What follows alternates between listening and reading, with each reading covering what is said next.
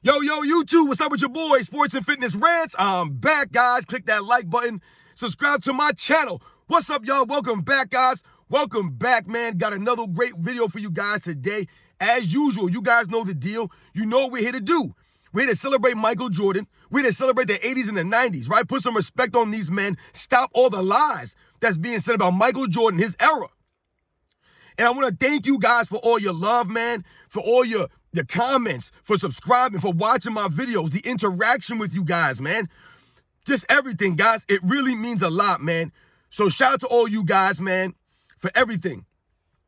And in this video, we're going to speak about Ron Harper versus Steve Kerr and who was more important to the Bulls' second three-peat.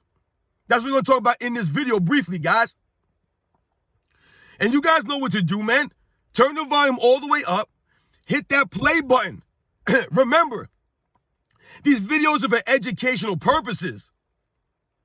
And let's roll. So, yes, guys, we're going to talk about Ron Harper and Steve Kerr versus Steve Kerr. Now, a couple of days ago or last week, whatever it was, I had put that poll out about who do you guys think was more important to the Bulls' second three-peat, Ron Harper or Steve Kerr? Now, I am glad to say that we had about 600 people vote on this poll, and you guys got it correct. 86% of the people voted for Ron Harper, and 14% voted for Steve Kerr. Now, I will say this. I was surprised that Steve Kerr got 14% of the vote. It's only 600 people voting, so we get it. It's a small sample. But I was surprised that 14% of people voted Steve Kerr. And because of that, that's the reason why I'm making this video. Now, if we go back to the Last Dance documentary, guys, right? What really bothered me about that documentary was not the documentary itself. I love the documentary. It was awesome, guys. I've watched it several times, over and over again, several times. But what did bother me about the Last Dance documentary is how they were projecting Steve Kerr and how they were promoting Steve Kerr, you know, as like he was like that next guy, as if he was a starter. As if he was like, I've heard Steve Kerr called a Bulls legend. Steve Kerr's not a Bulls legend. He's not a legend. And listen, this video is no disrespect to Steve Kerr. We're going to talk about how Ron Harper was more important than Steve Kerr was. And that's not a knock on Steve Kerr. It's just the facts. So the reason why I think that 14% of the people voted for Steve Kerr was what I was talking about with the Last Dance documentary. For some reason, Steve Kerr, over the last several years, and I believe it has something to do with him coaching the Golden State Warriors, right? He's more relevant than Ron Harper, right? As it pertains to the current state of the NBA, right? Steve Kerr is a current coach, right? The Golden State Warriors are multiple-time champions with Steve Kerr. So he's more relevant in people's minds than a Ron Harper. However, as it relates to the Chicago Bulls' second three-peat, it's not even a debate. It's not even a conversation. Ron Harper was more important. He was more impactful, you know, for the Bulls in that second three-peat. Now, yes, guys, Steve Kerr did hit a very big shot in the 1997 NBA Finals. Once again, we're not taking anything away from Steve Kerr's contribution because he was a contributor. Absolutely. Right? He mattered. He played his role. But remember, guys, there are levels to this. And certain players impact winning in games more than others, right? We can clearly see that, right? Michael Jordan's impact is more than Steve Kerr's impact, right? Michael Jordan's impact was more than Scottie Pippen's or Ron Harper's or Dennis Rodman's, right? The overall impact of these guys. There's different levels. So when we talk about Ron Harper and Steve Kerr, guys, the first thing that we must understand is that Steve Kerr was not a starter, right? Ron Harper was a starter, okay? So right there shows the dynamic, the difference between them, right? Ron Harper being an actual starter on the team, Steve Kerr being a bench player, all right? So that's the first thing we have to understand right there. The second thing that we must understand and we must think about is the type of players that Ron Harper and Steve Kerr are. They're completely different types of players, right?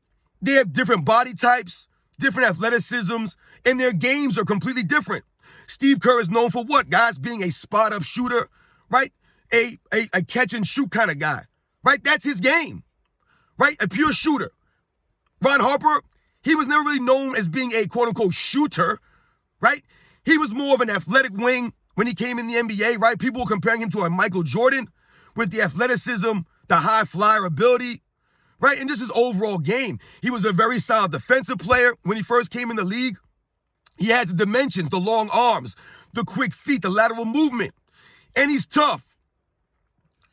Now, the thing about Steve Kerr and Ron Harper that we also must think about is that they played the same position on the Chicago Bulls, right? Ron Harper being the starting point guard for the Bulls. A lot of people may not remember that, but he was the starting point guard for those Chicago Bulls teams. Steve Kerr was the backup point guard behind Ron Harper, right?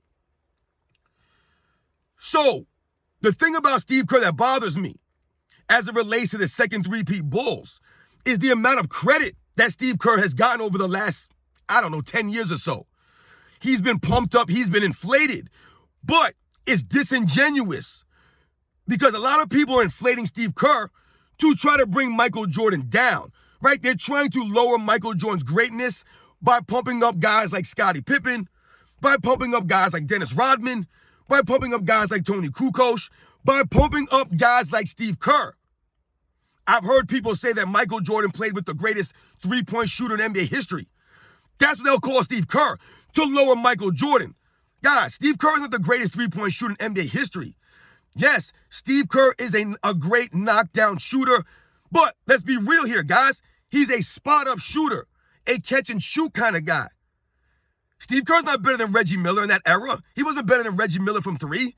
He wasn't a better three-point shooter than Ray Allen. Give me those guys over Steve Kerr, right? Especially in big moments. Steve Kerr was never known for knocking down a big three in his career or knocking down big-time shots because that's the thing here. When these people have pumped up Steve Kerr over these years, they'll make it seem as if Steve Kerr was in the NBA Finals draining three-pointers all over the place. That's how they make it seem. And that's what they do. And they'll say, Michael Jordan played with the greatest three-point shooter of all time, right, in his era. But it's not true, guys. Now, when we think about Steve Kerr, right, and people think that he's a knockdown shooter, we must think about these things, guys, because the numbers in the game, when you watch the video footage, that's not what it points to. As a matter of fact, it's quite the contrary. Steve Kerr was not a knockdown shooter in the NBA Finals for the Chicago Bulls, guys, especially from three. He was not. He just wasn't. Because Steve Kerr was never that guy that could create his own shot, right? Could create separation. He wasn't like that. He had to be spotting up or coming off a catch, right? And that's how he would shoot. When we think about that shot in the 97 Finals in Game 6 that he hit, first of all, it wasn't a three-point shot, right? And second, what was it? It was a catch-and-shoot opportunity. Michael Jordan drawing the double team, kicking out to an open Steve Kerr for a foul line jumper. So, yes, that was a big shot, but it wasn't a three. Steve Kerr didn't create that shot. He was wide open off of Michael Jordan. Now, when we think about Ron Harper, you wouldn't think that Ron Harper was a shooter, right, per se. I told you, he's never known for having a jump shot like that. Ron Harper's contribution to the Bulls was on the defensive end, his playmaking ability, right? Him getting out in the transition on the fast break, things like that. Playing great help defense. That was Ron Harper's impact, right? Having a high IQ, being a smart basketball player, making plays, hustling, right? That's Ron Harper, guys. Ron Harper's impact on the defensive end was much more of an impact than Steve Kerr's shooting was in the NBA Finals. We're talking about the NBA Finals, guys, right? The second three-peat. Ron Harper was just more impactful. Now let's look at some of these numbers here, guys, because once again, people have inflated Steve Kerr as it pertains to his three-point shooting. Steve Kerr was not a solid three-point shooter in the NBA Finals. He just wasn't for the Chicago Bulls, guys. He was not. Once again, this is not a knock on Steve Kerr. Not a knock at all. But when we look at the 1996 NBA Finals, which was a very defensive NBA Finals, right? Nobody really found a really good rhythm in that Finals. It was an ugly Finals, guys, right? Very scrappy, very chippy, very defensive. You had two really good defensive teams going at each other, the Sonics and the Bulls. Steve Kerr in that series, guys, shot, I believe, 4 for 16. No, excuse me, 4 for 22. I look at my numbers real quick. 4 for 22 in that series, guys, from three-point range. That's not good, guys. I think that's 18% or something like that. That's not good, right? That's horrible. Horrible. Ron Harper in that same series, guys, went 4 for 13. So he made the same amount of threes as Steve Kerr in that series by taking about, 9 less three-pointers, though. 4 for 13 for Ron Harper compared to 4 for 22 for Steve Kerr. And like I mentioned, Ron Harper was never known for being a shooter. That wasn't his job on the Bulls to shoot. But yet, he still managed to shoot better than Steve Kerr in that finals, guys. We think about the 1997 NBA Finals. Once again, Steve Kerr shot 4 for 16 from the three-point line. That's not good, guys. That's not good. Not good at all. What is that, 20%? I don't even know what that is. Ron Harper, 3 for 11, guys. 3 for 11. So once again, Ron Harper seems to be shooting a little bit better from three-point range when he's not even a shooter, right? And in the 98 finals, Steve Kerr had a better shooting performance. We had 5 for 13 in the finals, and Ron Harper was 1 for 6. But if we take all those finals, right, all three of those finals together, Steve Kerr shot 25% from three-point range in the NBA Finals, guys, 25%. And some of you guys will say that Michael Jordan played with the greatest three-point shooter of all time. Not in the NBA Finals. As a matter of fact, if you look at Steve Kerr's shooting percentage from three in the NBA Finals, I don't even think he's in the top 100, guys, in all time. I don't even think he's in the top 100. I'm telling you guys right now. Go look it up. Steve Kerr was not that dude shooting-wise in the NBA Finals. He was not. He was never a knockdown shooter for the Bulls from three-point range in the finals, guys. He just wasn't. Now, you might say to yourself, well, Steve Kerr, that was just from three. What did he shoot from the floor, right, overall? Wasn't any better, guys. Wasn't much better. From the floor, from the field goal percentage in the NBA Finals combined, he shot 35%, guys. That's right, 35% from the field in those finals. That's not good either, guys, right? That's pretty bad. Ron Harper shot 27% from three-point range in the NBA Finals combined, 27. And he shot 36% from the floor overall in those three NBA Finals. So, just off the numbers alone, shooting-wise, Ron Harper was better. And like I said, he's not a shooter. He was never a shooter like that. But he was better than Steve Kerr was in the finals. Now, Ron Harper's impact, like I said, was on the defensive end. His defensive prowess, right? His skills, his defensive IQ. That's where he was really at his best for the Chicago Bulls. We think about the 1996 NBA Finals. Ron Harper's nickname was the Mitten. They were calling this man the Mitten in the 96 NBA Finals because of the defensive effort that he was giving on Gary Payton. This is what they were calling the man. Now, Ron Harper didn't like that nickname. He said he didn't want to be called that.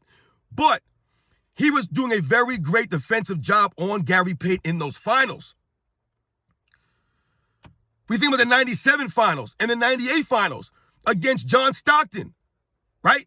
Ron Harper, once again, doing a really solid defensive effort on John Stockton in those two finals, making John Stockton have to work all up and down the court, right? Full court pressing this man, half court trapping this man.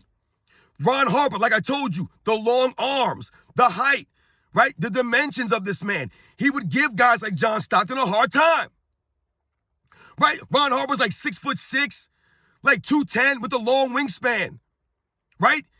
That's big for a point guard. He would smother these guys. That was Ron Harper's impact. Once again, this does not take away from Steve Kerr, but we must put these things into perspective. When I tell you guys that Ron Harper was more impactful to the second three-peat Bulls, that takes away nothing from Steve Kerr because he was an important piece. He was an important role player. But like I said, there are levels to this, guys, right? And Ron Harper's impact was just greater. We have the video footage and we have the numbers. It all backs up Ron Harper. So, like I said, guys, my problem with the Last Dance documentary was that they seem to highlight Steve Kerr, right? I told you he was the guy that you saw on the cover of it, right? When they would show a highlight or something of the Last Dance documentary, somehow Steve Kerr was on the front with Phil Jackson, Scottie Pippen, Michael Jordan, Dennis Rodman. You had Steve Kerr. No, it should have been Ron Harper. He should have been there on the cover, on the front. It should have been Ron Harper with Jordan and Phil Jackson and Scottie Pippen and Dennis Rodman. Right? If you want to throw Tony Kukoc in there, okay, maybe Tony Kukoc was just as important from game to game as a Ron Harper.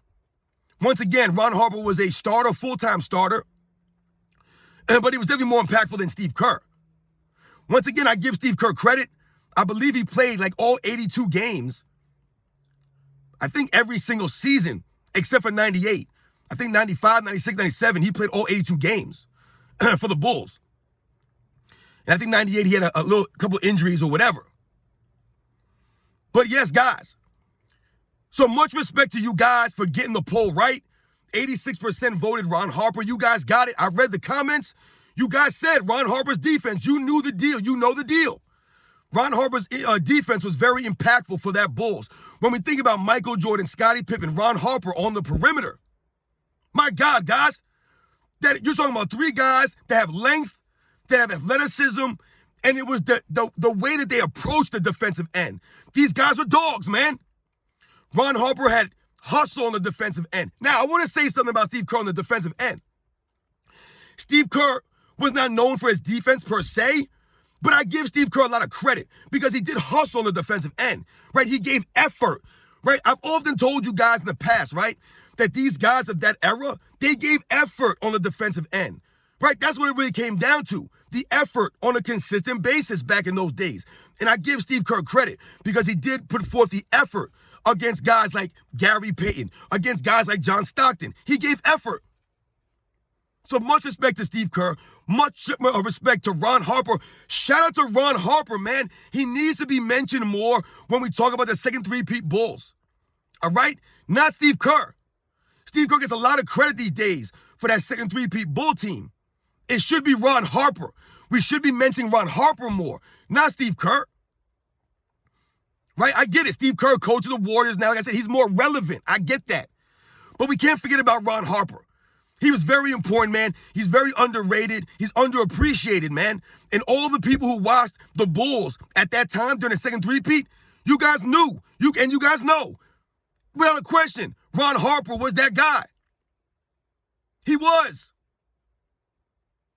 So much respect to Ron Harper. Much respect to the Chicago Bulls of the late 90s, man. All those guys. You guys know the deal, man. Shout out to all the people who voted on that poll. The 14% who voted for Steve Kerr, I get it. You guys probably think about the shot that Steve Kerr hit in 97. Maybe you thought that's why he was more impactful, more important. But overall, for the entire three-peat, Ron Harper, without a question, it's not a debate, was more important to that Bulls run, guys. It just was the way it went. I'll catch you guys on the next one.